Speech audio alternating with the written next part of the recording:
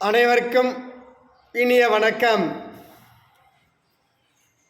உண்மை சம்பவம் சொல்ல மனம் வேண்டும். அப்படிப்பட்ட மனமார்க்கத்தோடு அடியேன் இங்கு சற்று எளிமையாக பேச முன்மொழிகின்றேன்.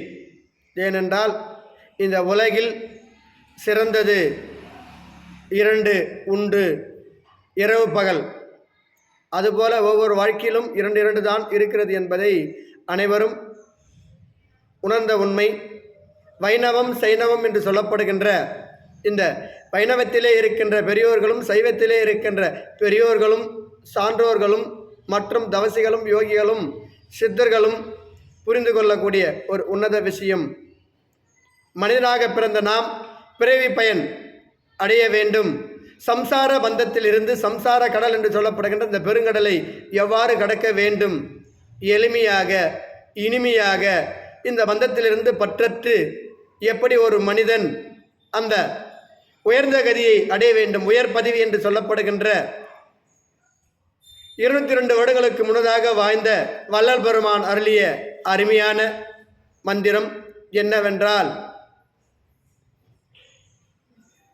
தனித்திரு, பசித்திரு, விழித்திரு என்று அருமையாக சொன்னார்.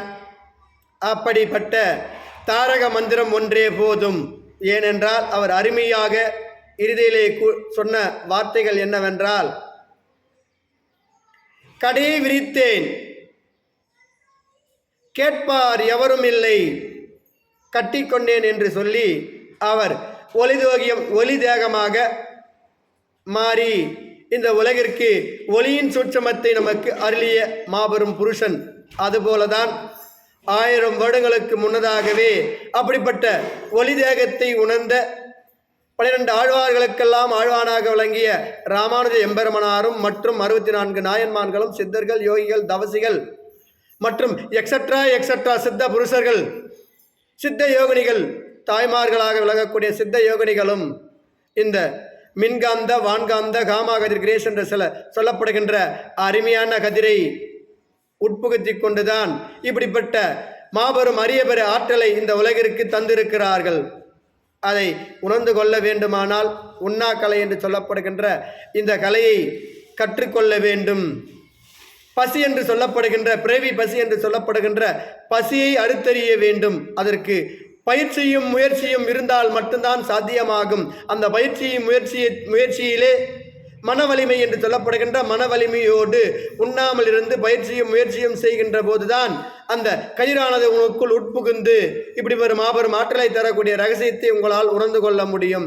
அடியேன் அதை உணர்ந்து கொண்டுதான் இப்படிப்பட்ட அரியதோர் செய்தியை உங்களுக்கு அடியேன் தந்து கொண்டிருக்கின்றேன், அருளி கொண்டிருக்கின்றேன். அனைவரும் இதை பயன்படுத்தி வாழ முடியும். அப்படி பெற மாபெரும் ஆற்றல் சக்தி உள்ளது. எந்த தேவதையும் வைணவ தேவதையாக இருந்தாலும் சைவ தேவதையாக இருந்தாலும் இந்த தேவதைகளுக்கெல்லாம் ஒரு மனிதனுக்கு நோயை குணமாக்கும் என்றால் கண்டிப்பாக முடியாது. சொல்லிக்கொள்ளலாம், நான் அந்த இடத்திலே இறைவனிடத்திலே பிரார்த்தனை செய்து கொண்டேன், இந்த இடத்திலே பிரார்த்தனை செய்து கொண்டேன், இந்த வலியானது சென்றது, என் நோயானது போய்விட்டது என்று சொல்லி கொண்டு விடலாம்.